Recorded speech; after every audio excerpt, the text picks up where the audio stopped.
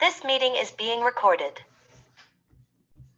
Hello, everyone, and welcome to Core Conversations, the online lecture and discussion program sponsored by the Association for Core Text and Courses. I am Charlie Thomas, the Executive Director of ACTC. We're glad you found us, whether that's those of you who are here with us live or finding it on as a recording later on our YouTube channel. It is my pleasure to hand things over to Alex Prieu in just a second. Alex is a professor of philosophy in the Herbst program at the University of Colorado Boulder. And he has presented, hopefully some of you have watched it already, some thoughts on the Thucydidean backdrop to Plato's Symposium. So whether, if you're watching this as a recording and you haven't seen Alex's remarks yet, you can go back and do that. But if you're here with us today, we'll just have a conversation. In terms of the mechanics of the conversation, I think our group is sort of small enough for this to be pretty informal. So it is good for you to mute yourself when you're not speaking, just so we don't get feedback. But if you unmute yourself and just ask your question, that should be fine. If we start talking on top of each other and need a moderator, I can do that. And you can either use the raise hand button, which is under the reactions button at the bottom of your screen, or you can just wave.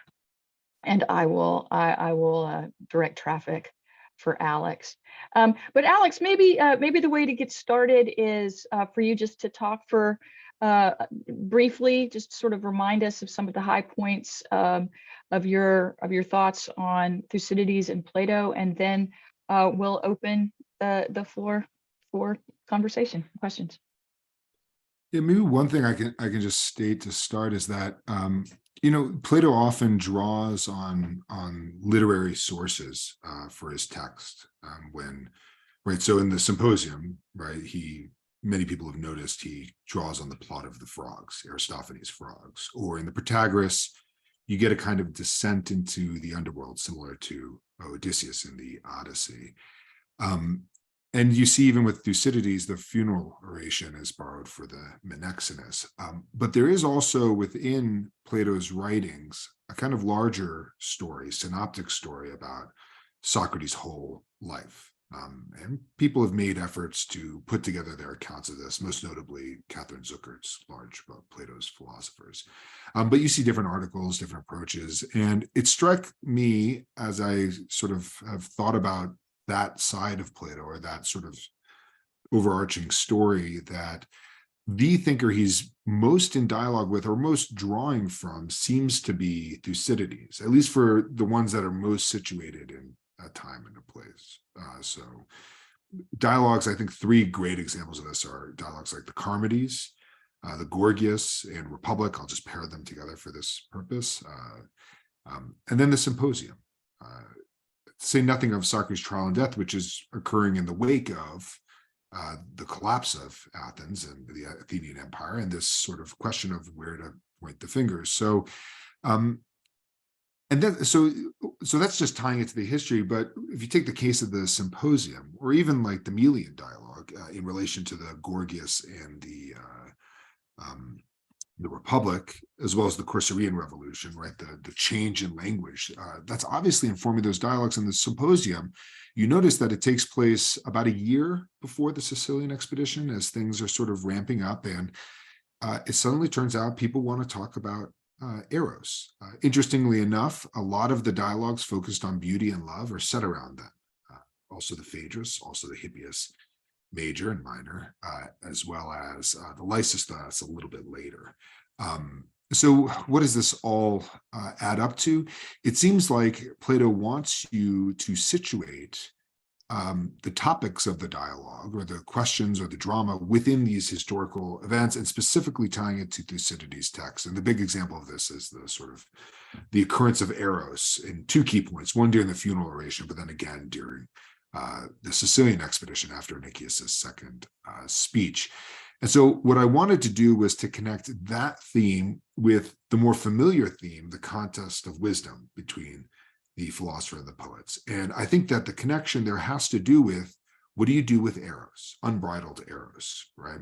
Aristophanes has his solution or his proposal, which, I laid that out a bit. Agathon, I think, is meant to reflect an unreflective praise of eros and kind of unaware of the consequences of this praise. And then Socrates, I think, is offering a diagnosis or a cure or an answer to what Agathon proposes. I think Aristophanes thinks he can't solve the problem, but I think Socrates thinks he has one way out. And so in that way, I think you get a kind of a deep connection between Thucydides' text and Plato's higher questions. This is not to turn the dialogue into a merely political or practical concerned work. I think Plato sees the large questions that are raised by ordinary events or political events, nor is it to relativize it to the history. It's merely to show how the political question is deeply bound up with this theoretical or philosophic question. I'll just leave it at that. Great, thanks. Who'd like to get us started? I could ask, do you think that Socrates, the solution that you see him offering in Diotima's speech is one that he tried out on Alcibiades and failed with, or one that he has thought up afterwards? Or do you think he already thinks he's failed with Alcibiades, or what? I think he thinks he's failed with Alcibiades. And one thing I'll say, to go back to this larger narrative of Socrates' life, he seems to have worked more closely with politicians or political men earlier in his career, associating with people like Alcibiades and Critias and the like. And he seems to have had more interest, not to say that this is simply one than the other, more interest in poets later in his career, where you see him engaging with Agathon. Obviously, Plato is an example. But I wonder whether he sees his attempt to sort of have an effect on the political class of Athens, specifically, most notably, I think, through Alcibiades, as having been a failure on some level. And so he needs to approach things more through the poets, right? I think he comes more to that awareness around the Gorgias and the Republic, where he's confronting the poetic question. And I think when he goes to Agathon, he's asking, is there something like a philosophic poet? Would that be a way of creating something, a more healthy sort of climate in Athens, right?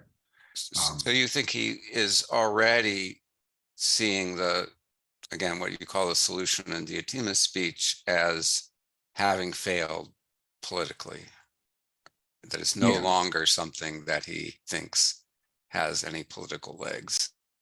Yeah, but it's a different solution for that reason, right? It's a different attempt, and we should say in solution, just the roughest form is to instill a dose of moderation into Athenian politics, a bit of self-restraint, right?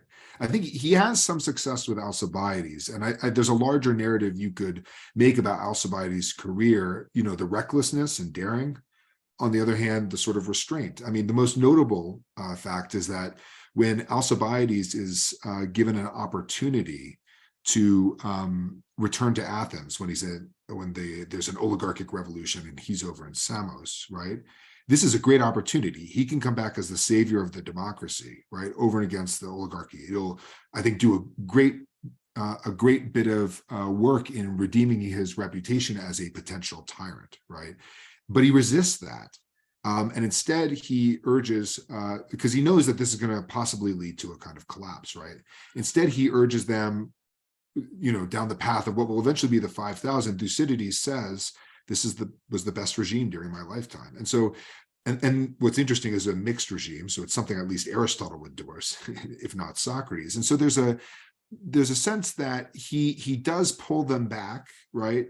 And he does so potentially at some cost to his ability to redeem his reputation.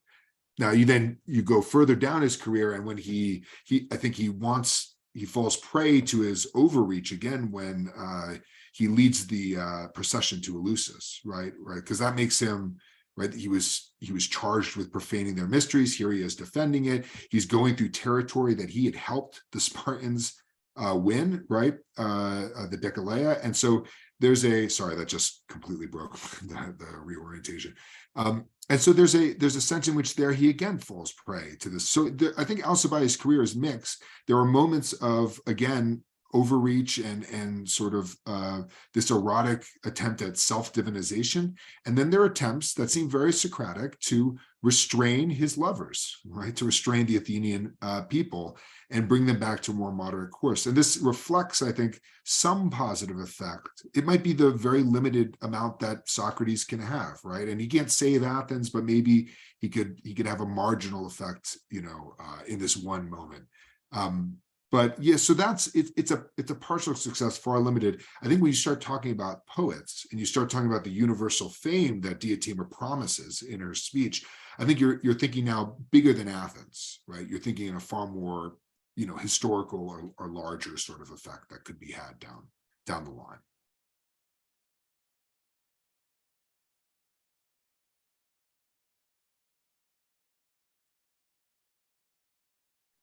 Phil, please jump in.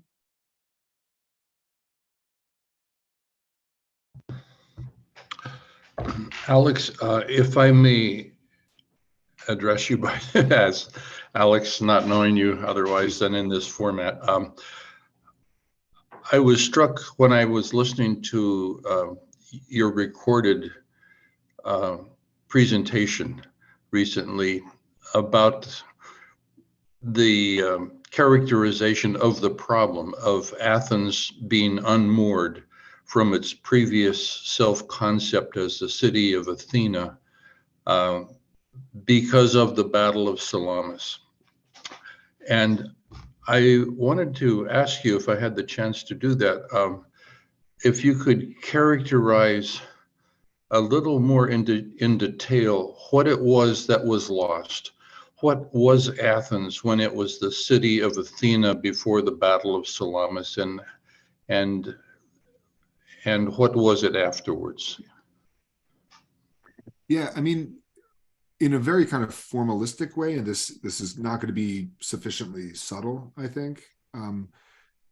It was a city relying, to a greater extent at least, on traditional piety, right? So if you think about the story of, what was it, it was the second or third restoration of the Pisistratus tyranny, where they bring in they found some tall lady, dressed her up like Athena. Mm-hmm.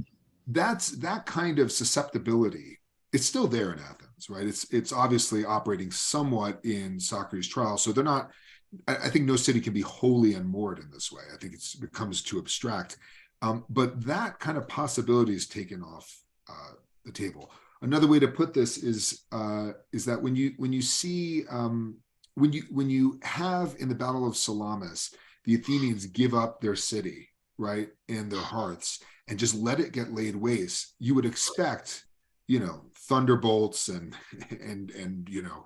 tsunamis to sort of, take away the ships, but they succeeded, right? And so there's a fundamental shift there in what you rely on, whether you rely on, your patron goddess, Athena, or whether you rely on your own ingenuity. At the very least, it seems like in this moment, it succeeded their ingenuity. Now, there's larger questions you can ask, right, about how that plays out in time, right, and how it ultimately does lead to a kind of collapse of Athens. And that's a sort of maybe darker divine vengeance narrative one could weave around that. But at least in the moment, I think great credit is given to their ingenuity. And so traditional piety, I think, at least in any sort of recognizable older form, is no longer tenable, right? You might say to start them off on a trajectory of self-destruction, for which there is a great rise before catastrophic fall. And that would be a story of vengeance you could tell. And that would be a kind of case for traditional piety. But at least in the immediate moment, they're going down a different path. I do think at that point, big theoretical questions open. And this is what connects it to the Republic, for example, right? When you lose that tradition, imagine if the Constitution just was thrown out. I mean, it seems more and more possible every day, but the Constitution was thrown out, right? Declaration is burned. Nobody cares anymore. You then have to ask yourself as a people, and this is a very difficult question for people as a whole to raise, ask yourself what you're going to be in the future, right? I think Herodotus, I don't know if we talked about this, Charlie, during our remarks, but Herodotus does this beautifully in Persia, right? Where after Cambyses has gone nuts, it's clear they can't support him anymore. There's a rebellion by the Magi. Then the Magi are killed for this. And then what do you get? This brief moment of political philosophy with Darius and the others, the conspirators, asking, what is Persia going to be? It's a tale as old as its time. You have to get rid of that to ask those fundamental questions. But it's an incredibly volatile moment politically and theoretically. But obviously the stakes are huge politically to raise that. I'm not sure I've actually answered your question, but no, you have. And let me put just one more footnote on the question. Part of what I'm asking is there a difference between one piety and another piety? And in that sense, is there a difference between one atheism and another atheism? In the back of what's left of my mind, I'm thinking actually of the effect of Hiroshima on American life, where everything was different after that. None of the old forms really were as compelling as they were before. And I wondered if not only the Athenian piety, but what was particular and definitive about Athenian piety versus Athenian atheism versus what we ourselves are facing in our own country. So, I mean, that's a really good question. I'll focus on the atheism side because I feel more comfortable there, not as an individual, but with the text. Looking at Agathon versus Socrates, I think Agathon subtly, sotto voce, denies the divinity of Eros, right? At the end of his speech, everyone applauds and says, because they thought they spoke as well to the god as to himself. It's a concealed praise of himself. Eros, right, when he describes Eros, he borrows some verses from Homer about ate, deception. It seems like what he's saying is that the poet establishes peace over and against the harsh rule of necessity. And he does that by deceiving you, creating a kind of false friendship, but you can enjoy good things, beautiful things in light of that, right? That's a very different denial of Eros, or of the gods, and a sort of primacy of the poet. It's not, I think, earned in the way that Socrates' denial of Eros's divinity is earned. It's based on an argument. We might be not so persuaded about it, but based on an argument about the nature of love, its neediness, and therefore the sort of constraints that puts on how you're able to conceive of Eros. It has to be a kind of passion. It might connect you to the immortal, to the gods initially, though then it's to the beloved thing, and then finally to the beautiful itself. And it's questionable how close you can actually get to that, or how erotic that actually is. But setting all that aside, there is a movement away from the gods towards that seems based on arguments, right? And less on a kind of assertion of poetic capabilities, which seemed, as far as I can tell, is the whole of Agathon's claim. Is look how great I am, how capable I am. It turns out he hasn't really thought through his basic premises. So I would argue that if you think of Athenian atheism, what you get in the Melian dialogue, right, the harsh necessity of nature, seems closer to Agathon's view than it does to Socrates' view. I think Socrates' view is better thought out there. One of the things that's so remarkable, I think, about the Melian dialogues is the Athenians are finally faced with the alternative that they rejected after Salamis, right? This idea that gods reward the just who work hard, right? That's what it's almost like Hesiotic in the way it's put. They're confronted with that, and they don't actually have an argument. I don't think they can actually refute it. They're just sort of laying out their alternative. And the Melians back them into a corner unwittingly, I think, on their part, but they back them into a corner, and you're faced with that. I think Agathon's in a similar situation, and Socrates sees that this failure to think it out is an opportunity. The thing with Socrates, though, is that he pushes the atheism to justify itself, right? He forces it further down that path, and thereby holds it accountable to its own demand that it's cunning, that it's well thought out. And it turns out, and this is a larger argument, but I think what you get in Socrates' speech is that its claims to knowledge break against sort of necessary ignorance about some of these questions. And that I think is the core, and this is again a larger argument, but that I think is the core of the moderating, sort of quiet moderating part of Diotima's speech. It seems grand, it seems erotic and overweening. It seems like Socrates is the cause of this crazy ambition. But the second you set out on it, as Alcibiades learns, as Agathon would learn if he sets out on that, as anybody learns, if they actually try to find what the beautiful itself is, you kind of break against the shoal of the difficulty or the problems that you encounter. And that's, I think, the deeper moderating atheism that Socrates is kind of pushing. Mm-hmm. At least, and that moderation, where it ends you, where you end up, is, I think, a bigger question in relation to the question of piety. Thank you.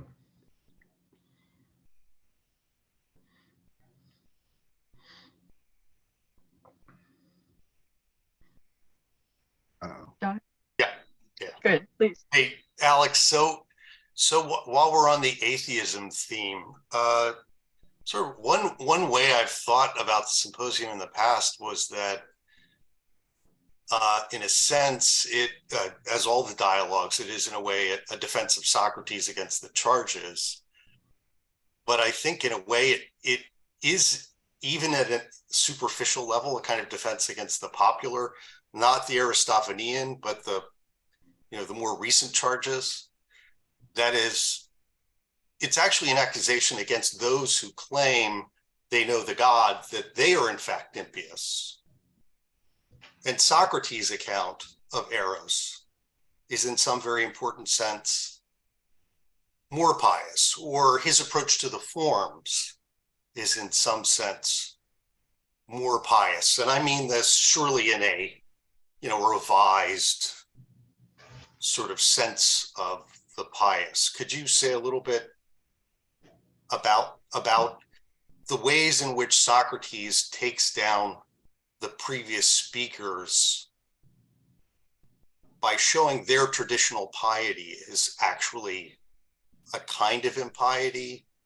I don't know if you know what I'm talking about, or you've thought of it that way at all. But so you're referring to after the sort of myth of the birth and Eros as a philosopher, he gets into the arguments about love of the good versus love of the beautiful and love of one's own, right?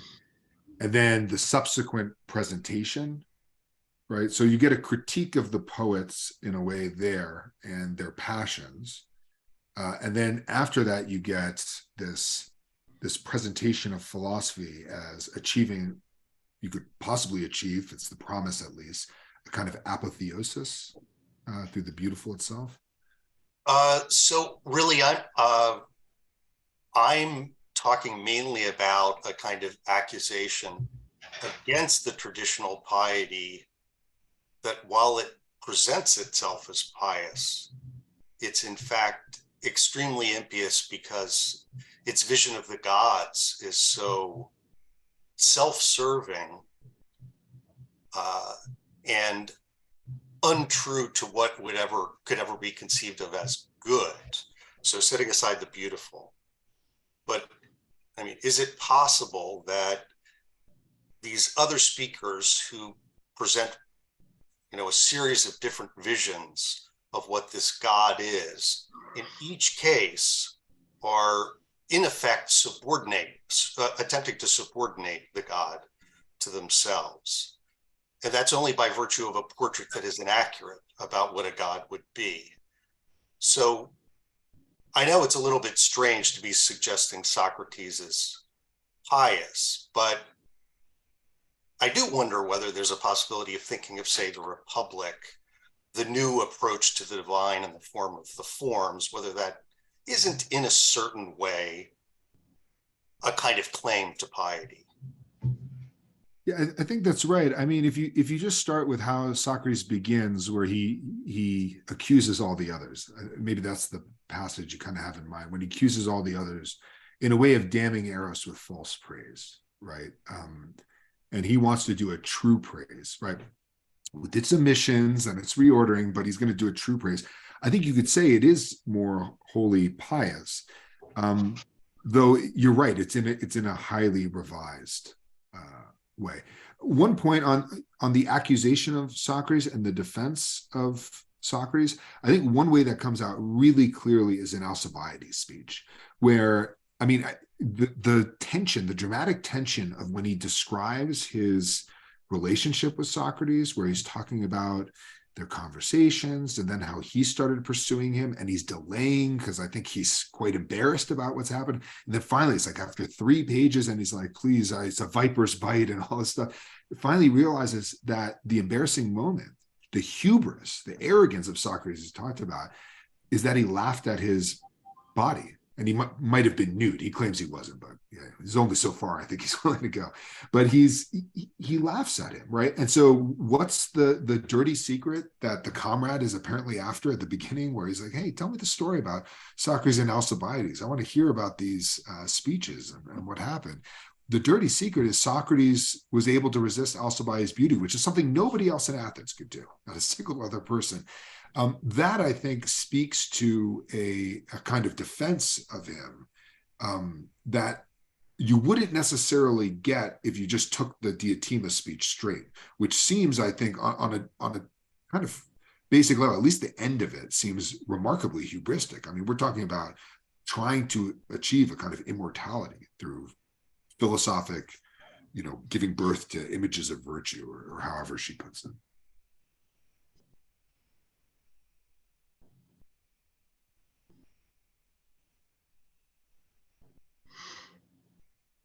I guess I'd like to go back to Alcibiades if there's or continue on Alcibiades if there's an opening for it here.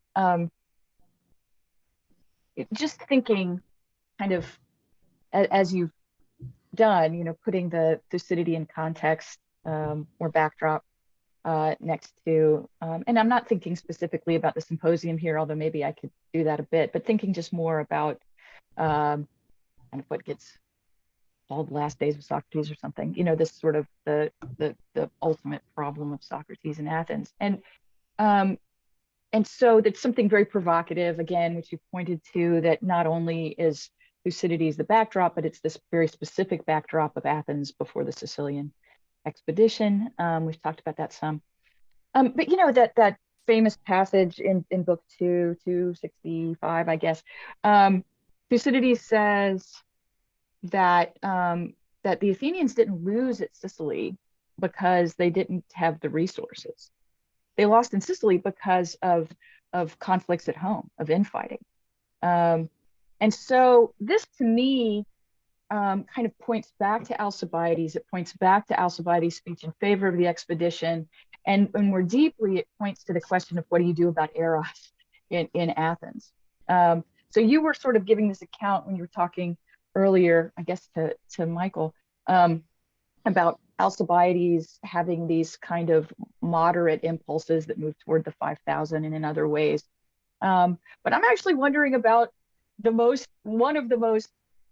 grandiose moment that we have with his name on it, which is the argument for the Sicilian expedition based on lies and mischaracterizations. There's no question that there are a lot of problems. But I guess what I'm asking is are we sure that Alcibiades' position on the Sicilian expedition isn't what was to be done with Athenian Eros at that moment, and that the failure is coming from somewhere else? That is, Nicias's speeches are ham-handed, so one could easily say that the Athenians were not to be moderated, but one can imagine other better ways based on clearer understandings of the Athenian people. Counterfactuals are impossible, but I don't think Nicias is the only thing we should be thinking about here. But at least Thucydides tells us it didn't fail because it was a plan that had to fail. And it seems to me we have to think about Alcibiades within that context. It's massive. So the last little thing here. So first of all, obviously, I'm interested in what you think about that. But kind of lining that up with the problem of Socrates, I guess I'm wondering whether Plato choosing this backdrop, especially if you have some sympathy with what I'm saying about Alcibiades, is Socrates, is it a reputation of Thucydides somehow that this sort of inevitability of Eros ultimately crashing, is that there's some other way, or on the other hand, are the allusions to this context a suggestion of the insoluble kind of problem of philosophy and politics? It's a different. The last question is very difficult. Let me start with the first part, and let me put a couple pieces together. So, you have Salamis, right, and then you have Pericles gives 3 speeches. The first is the funeral oration, and that's where you get this important use of Eros, fall in love with the city or its power. It's ambiguous, but I think it ultimately is its power, but you have this kind of Eros for the power. Okay. That involves letting the houses get burned, right? The fields get burned for the sake of the empire living through the port. So that kind of institutionalizes Salamis. And 3 times, in all 3 speeches, he emphasizes this strategy, right? And then after the third one, you get, I think it's 265, right? You get that, or 365, something like that, where you get the praise of Pericles. Is that what you're thinking of? The quote unquote praise? Yeah, it's 265. Okay, yeah, 265. So yeah, that's right. So you get there the praise of Pericles, and I put praise in scare quotes because one of the things he points out is it was really the later ones who go to Sicily. It's like, well, who was that? It was Alcibiades. And then you ask, wait, wasn't he Pericles' adopted son? Like, who was in a position to educate the citizenry? Pericles. And who was in a position to educate Alcibiades? Also Pericles, right? So he's doubly responsible for Alcibiades, right? And so you get a sense that by institutionalizing this, he makes Eros a permanent feature of Athenian politics, right? And Alcibiades is in a way the offshoot of this, right? Now you fast forward to the debate about the Sicilian expedition, right? And I want to be clear, I don't think Nicias is the solution. One thing, I was just reading something, this scholar got this completely wrong, said that Alcibiades arouses the Athenians' Eros. He doesn't. It's Nicias. By trying to describe a grand, right, endeavor actually to deter them, actually makes them fall in love with it more so, right? So he does not understand Athens. Alcibiades understands much more that, right, it's like a shark. It needs to keep swimming or else it's going to die, right? It needs to keep going or else it's, right? And one thing he gets is, don't listen to Nicias, where he puts the old against the young. Old and young alike, this is what we've been doing forever, right? You see this, for instance, in the Republic, right? Cephalus, the medic, is the one who has traditional piety. All his old friends, who are presumably Athenians, they're all dissolute, right? They're all decadent as well. So this is I think Plato, Alcibiades both agree on this specific point. Now, whether that means that Eros is always going to lead a kind of collapse, that's an extremely difficult question. You need to have either a philosopher always present, injecting some moderation into it, or you need to take a completely random example that does not apply at all, a kind of isolationist country that is sort of unwittingly found itself a world power, right? And is kind of always torn between these two sides of it, right? And that might be a way in which one can exercise a kind of hegemony, right? Without falling prey to the sort of grant. Now, it's always volatile, it seems like, but I don't know. I mean, I think the Platonic response to Thucydides is that there are these higher things, right? There is this stability to the world, but you have to also keep in mind that the city is governed by fundamental instability, by something like chance or necessity that's always going to disrupt. And that might be one way of sort of splitting the difference with Thucydides, that Thucydides is in a way right about politics, but wrong about philosophy. I don't know Thucydides well enough to lay claim to that, but that would be a kind of account that one could put together. Do you think there's a suggestion, Michael, I see you, I'll be brief, I promise. Do you think there's a suggestion that Pericles is actually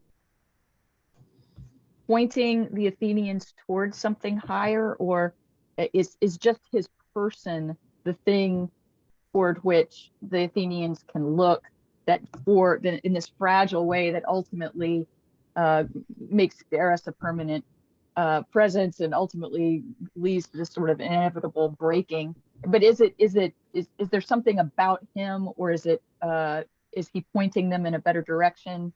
or is it just happened to be that it works for a moment because of who he is personally? And maybe this is another Thucydides question. I shouldn't be asking you. No, I think this is you're giving me the opportunity to point out something that I think is really important, which is that in that passage, right, in 265, that the basic question is how do you take what Pericles was able to do moment to moment, urge them on or restrain them as the moment called, and how do you make that a program of education?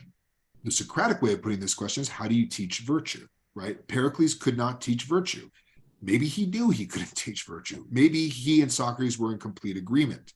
Socrates, it seems like, was able to correct somewhat with Alcibiades for reasons I've gone through, but was able to correct somewhat marginally with Alcibiades, what Pericles was not able to do. And I think that success deserves some credit, right? He was the only one in Athens who could tame the lion, right? To quote Aristophanes. And so, but it's not like a grand success, right? It's not something really, really massive. And I think there's considerable overlap for that reason between Pericles, Thucydides, and Socrates, Plato. Gordon raised his hand after what I said, so that Yeah. So let's get Michael and then Gordon.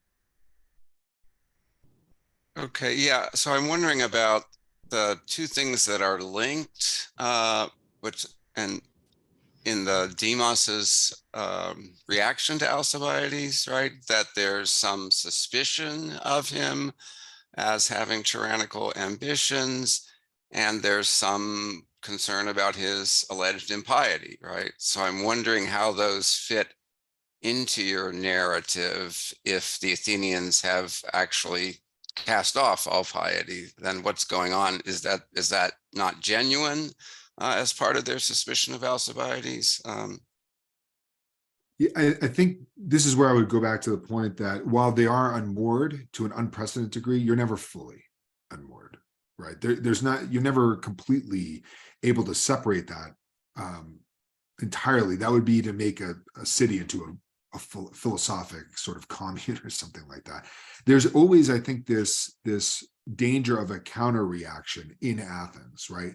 I think it appears with Alcibiades, where all of a sudden on the eve of their grand erotic expedition, there's this worry, oh, the Herms, the profanation of the mysteries, and therefore the curiosity about the symposium. There's also with Socrates' trial, right? All of a sudden, when their empire, sorry, my dog is whining to leave the room. There is this kind of worry, in light of this collapse. Oh, maybe we were wrong to leave this behind. I think Aristophanes is great on this. Aristophanes, in a way, agrees with Euripides, Agathon, Socrates about ether, and right, that this sort of new pious impiety, or whatever you want to call it, this kind of new vision of the world. But he also decides to imitate Zeus or Dionysus, Zeus in the Symposium and Dionysus in the Frogs, I think, or Hermes coming in at the end of the clouds. I think he recognizes that for all of this unmooring, you do need to keep one foot in that camp. I think the problem is that kind of view can never speak to somebody like Agathon, right? He thinks he invents it. He knows he does that. And at the same time, he's encouraging the Athenians down this path with this praise of Eros as the cause of peace, which is fundamentally misguided. I'm listening. I'm just going to let my dog out, but I'm just going right around the desk.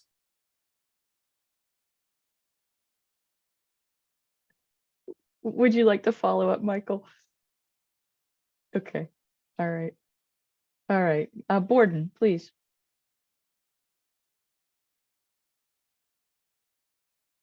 Borden, I can't see you, but you're muted. Perhaps you don't know that. Okay, there I go. Thanks. I'm sorry to come in late. I stupidly did not realize that this was a follow-up to a previously recorded conversation. So I was actually listening to the conversation you had a couple of weeks ago, and wanted to get that in. But following up on Michael's question, and one of the interesting things about the Pericles-Alcibiades relation is that what causes discord in the city is not the Athenian expedition, it's Alcibiades' behavior. Alcibiades, there's this great parallel, right, between the discord in Athens and the story of Harmodius and Aristogeiton, that Thucydides tells afterwards. And there's a way in which Alcibiades is like, the brother of the tyrant. He just can't help himself but gratuitously offend people.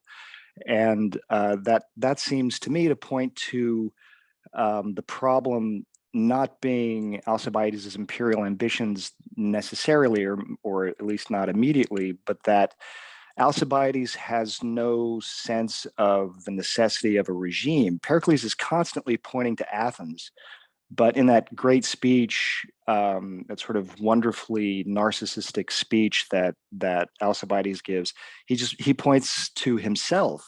Your children are going to want to claim descent from me, and so the question seems to be: is there a necessary connection between the Eros for empire and this, in some sense, more radical Eros by Alcibiades to be tantamount to the regime?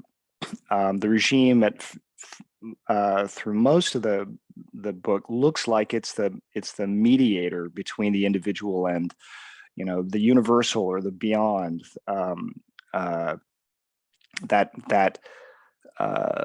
That beyond that Nicias says is this, the object of such a sick Eros.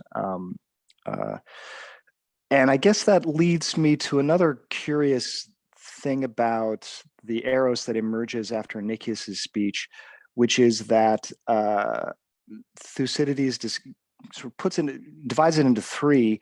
There are those who are in favor of the expedition because they're concerned that it's safe. There are those who think they're going to get perpetual pay, and then there are those who are going to see sights. And the desire for glory that Pericles makes kind of the fulcrum of his new vision of citizenship is all about being seen. But obviously, there's the question of to what extent does that Eros for being seen, what's the relationship between that and this Eros for sights? And further, what's the relationship between that and Thucydides' I would say philosophic, maybe proto-philosophic, paraphilosophic Eros to understand the humans. So what I wanted to ask Alex is, what do you think the relationship is between the desire to see and contemplate the beautiful and the desire to be beautiful and be seen? That's a great question. Let me add something to your, because you brought up something that I had meant to say earlier when responding to Charlie's question, but you're exactly right. Alcibiades wants to glorify himself and glorify Athens through him, right? He wants to be the agent of it. When you see his later political career, and specifically what he does at Samos versus what he does with the Eleusinian procession to the mysteries, right? When you look at those two acts, the fundamental difference is how prominent Alcibiades is, right? When you establish a mixed regime that's self-regulating, right? The regime itself is kind of praiseworthy. You might be praiseworthy as the agent of it, but you're not the sine qua non, right? It's able to sort of, right?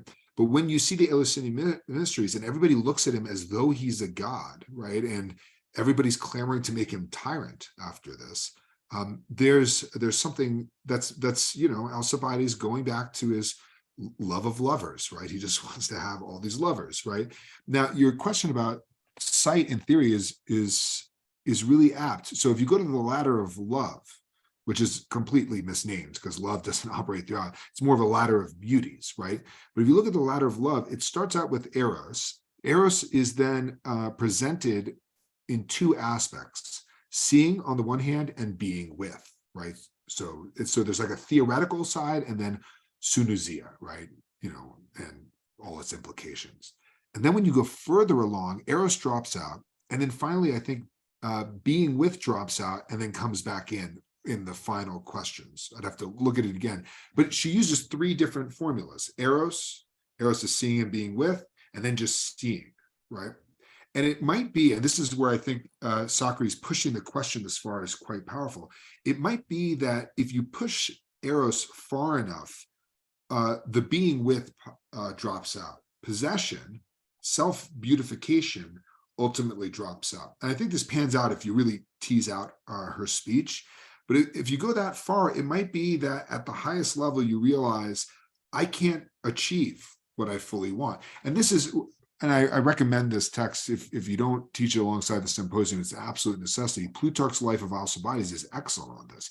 He says, picking up on something, the passage that you mentioned from Thucydides, he says that Alcibiades was a victim of his own self-divinization, right? His own reputation, good reputation that he himself cultivated.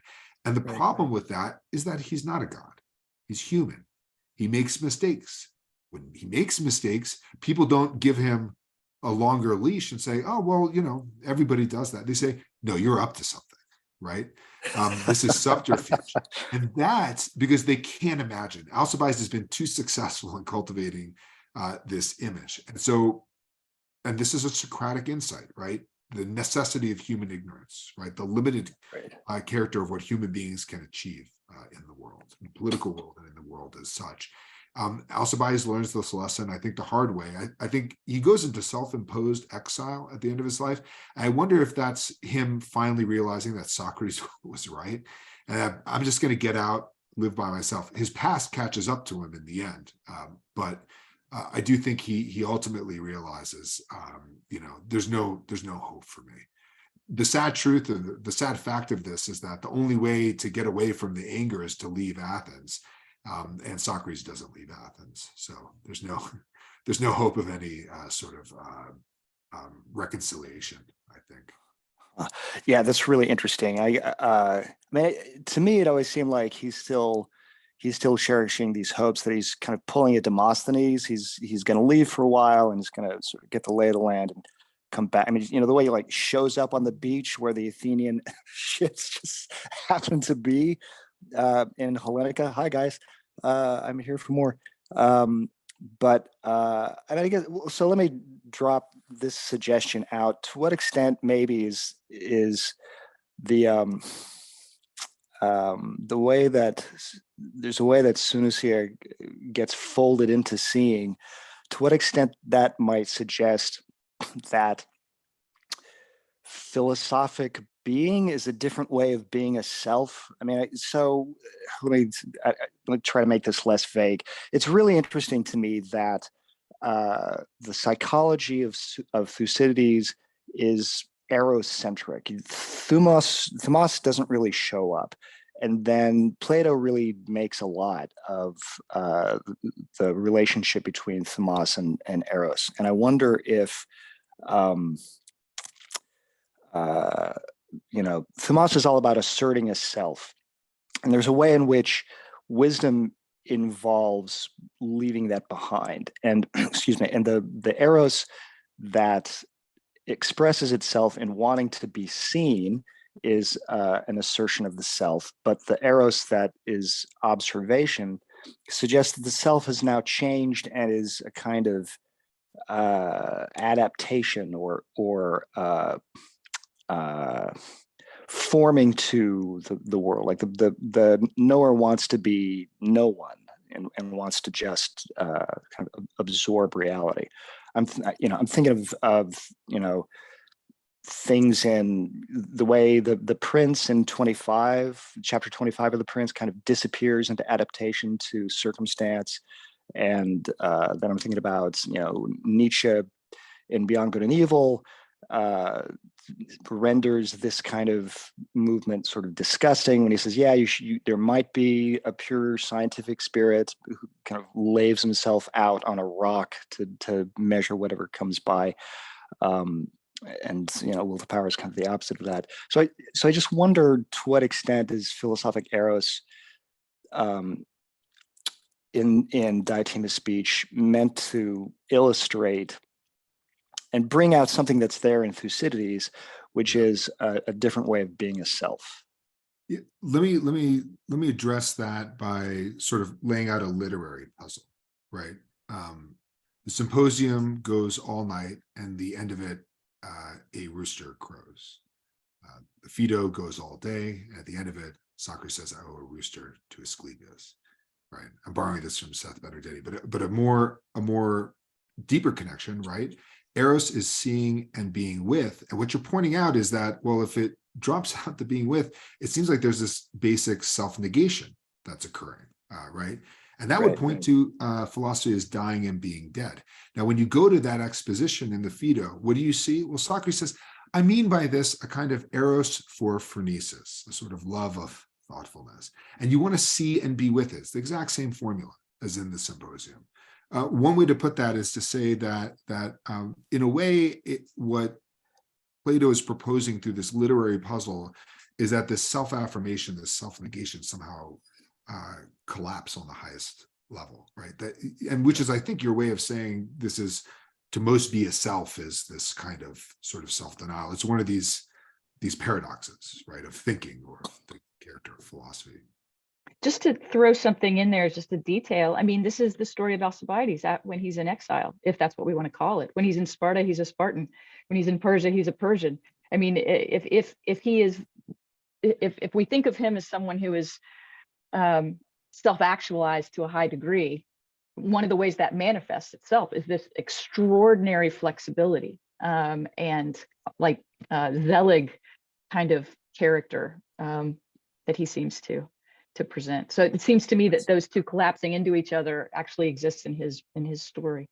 That's, I mean, and that's something you really fascinating about Alcibiades. That's also true of Socrates, right? And you see this in Plato's Alcibiades, where it's such a far-ranging dialogue, and in that way, you know, people said, "Oh, it's just a collection of stuff," but no, it's far-ranging precisely because Alcibiades, when he takes a certain, says, "I'll be able to advise the Athenians for this reason." Socrates cuts it down, and there's a kind of shape-shifting he undergoes until it's all gone, and then lo and behold, right, the question of the self is posed when he realizes, "Oh, nothing works for me.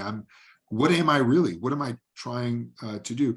Socrates has the same thing, right? Where, you know, before Theaetetus, he's a midwife to pregnant boys. Before Hippocles, he's a pickup artist, right? Before, in the Symposium, he's the greatest erotic and the full expression of Eros. It fundamentally changes based on, or the Phaedo, he's like some sort of morbid self mortification of philosophy. It's utterly flexible, and that's something they share, I think, deeply in common. Yeah, you see that deep into, I mean, this is just another way in which Plato seems to be in dialogue or drawing from Thucydides. I mean, Themistocles is the more successful shapeshifter. Alcibiades, for whatever reason, people seem to smell a rat, you know, everywhere he goes. After a while, people are like, you're up to no good, and then he has to bounce. But yeah, I mean, his approach is at least an attempt at adaptation, and of course, he seems to understand necessity better than anybody else he's talking to. Yeah, I guess I'll throw. I'm talking too much, so I'll toss out. What do you think the relationship is between necessity and the beautiful? Just wrap that up, and I'll go. Like point of order, Alex has said that he can hang out for a little longer than our normal hour. So we're coming near to the end of that, and those of you who need to sign off, please don't feel any embarrassment at your need to do that, but we will hang out for a little longer and continue to talk, maybe another 15 minutes. So go ahead, Alex, on beauty and necessity, and then we'll bring Michael in. One thing I'll say is there is this strange thing, the ladder of love, where it's all the beauties are kind of contingent or particular, right? And there's some connection to your own, or sort of contingency and necessity, I think, as well. So my general reading is that beauties are always going to be, to some extent, contextualized or relativized, not to say arbitrary or subjective, but relativized to the viewer and the perspective. And therefore, some element of necessity is going to creep in. But I don't know how to answer that question fully. I want to give Michael a chance to jump in. Yeah, Michael. Yeah, it seems to me one theme you haven't touched on in talking about Diotima's speech is the begetting part of it, which does seem to me, in terms of Worden's bringing up thumos, a kind of, I don't know, hybrid, or there's a thumotic aspect to the begetting theme, and I'm not quite sure what to make of that and how that fits in. Yeah, and one thing I always point out, and I don't think this is appreciated at all in the literature, is that the Diotimus speech closes with a series of questions, 3 questions, one general, and then 2 alternatives, right? You know, which life is worth living, the one of begetting or not? Socrates doesn't answer it. Not the young Socrates, not the old Socrates. He says, I'm persuaded, but to be persuaded that a question's a question is not to be persuaded of one answer, right? He does say this possession is a good coworker, but the only time he talks about a possession in his speech is the good. So, or the good things. So there's something very, very difficult. And I think it's exactly for that reason. I tend to think of this begetting as having a thumotic element, a connection to your own. So I think Strauss is the first person to point this out, but thumos is never mentioned in the Symposium. And whenever a word is not mentioned in the Symposium, I think what you're supposed to do is go look for where there's a awkward circumlocution that is meant to conceal the word that ought to be used. And one place I think that this occurs is in Alcibiades' speech, when he talks about the viper's bite. And he says, it bit me, I don't know where, in the soul, or it bit me somewhere. And what is it? It's his attachment to his own beauty.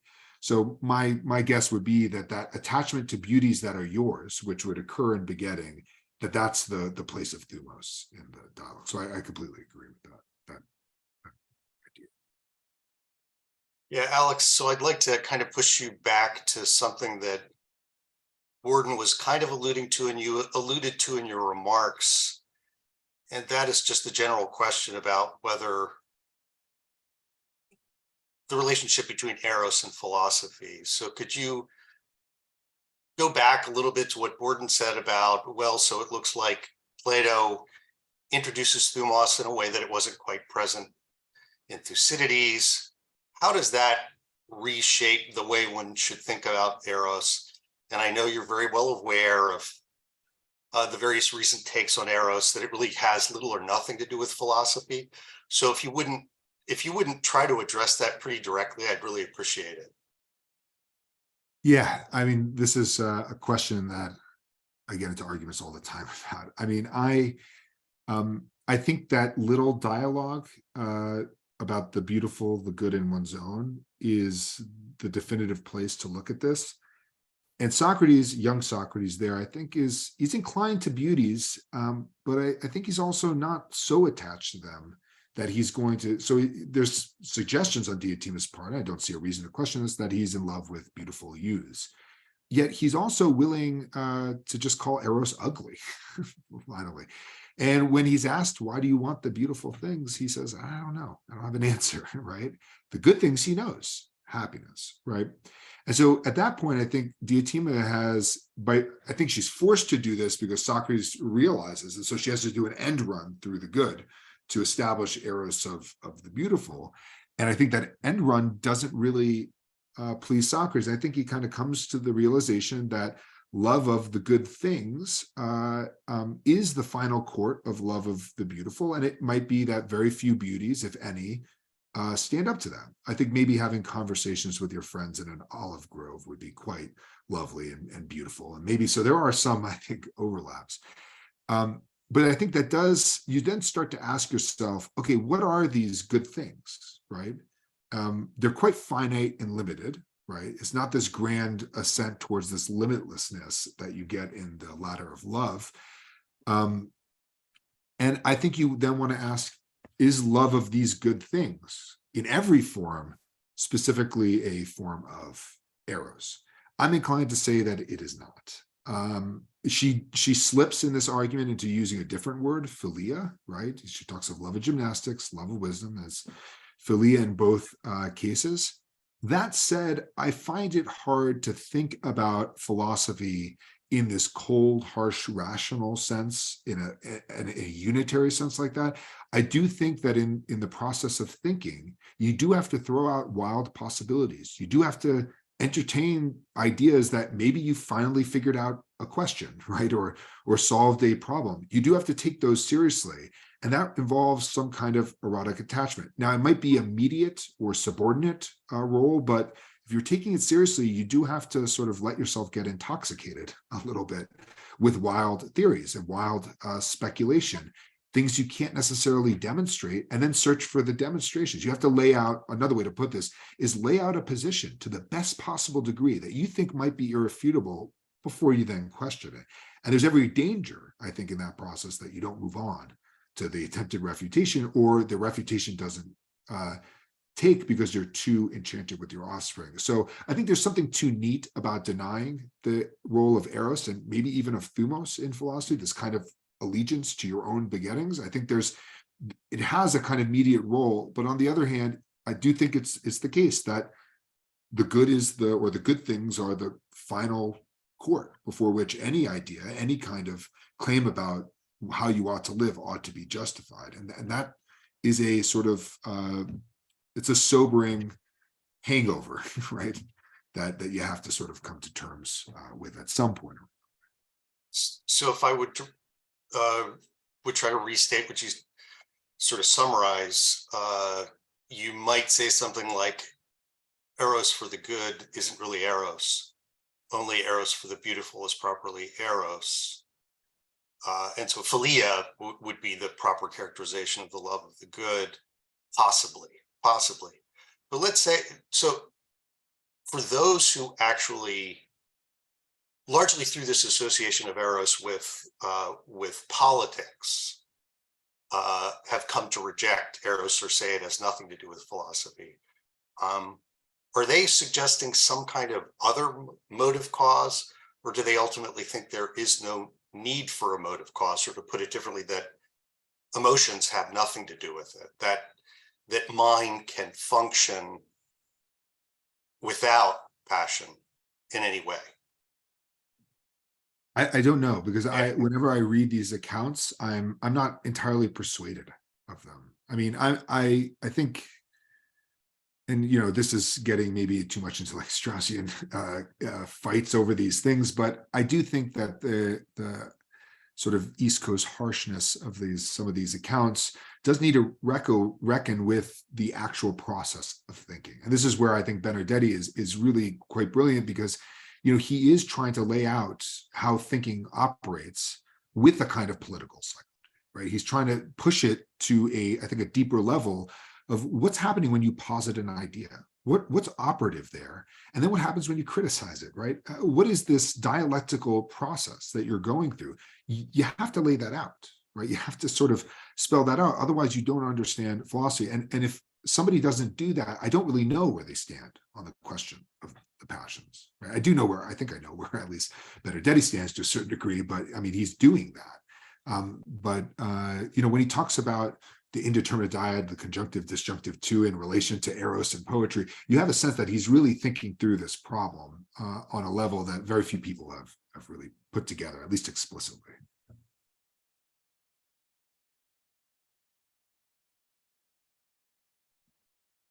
All right, we're in bonus time now. Does anyone have a question they'd like to ask Alex, or are we coming to a conclusion? I mean, I hear my rooster in the other room. So all right, well, we better pay heed. So thanks everyone for coming, and Alex, thank you so much. This was great. I appreciate your thoughtfulness and your willingness to have this really interesting and important conversation with us. So thank you. Thank you for hosting us. Thank you for the fantastic questions. I hope to see you all soon. I won't be able to make it to the ACTC. My wife has a work trip, and I have 2 kids under 2, so I'm kind of locked in at home. But I'm looking forward to the next time I'm able to talk with you all. Great, and we'll see you in Memphis for sure. You'd let your wife know that now. All right. Thanks everyone for joining us for Core Conversations, whether you were here today or watching this online. There's a lot of great content now on YouTube, lots of these conversations, and please reach out to me if you have any questions about ACTC. I'm pretty easy to find. So thanks again, everyone.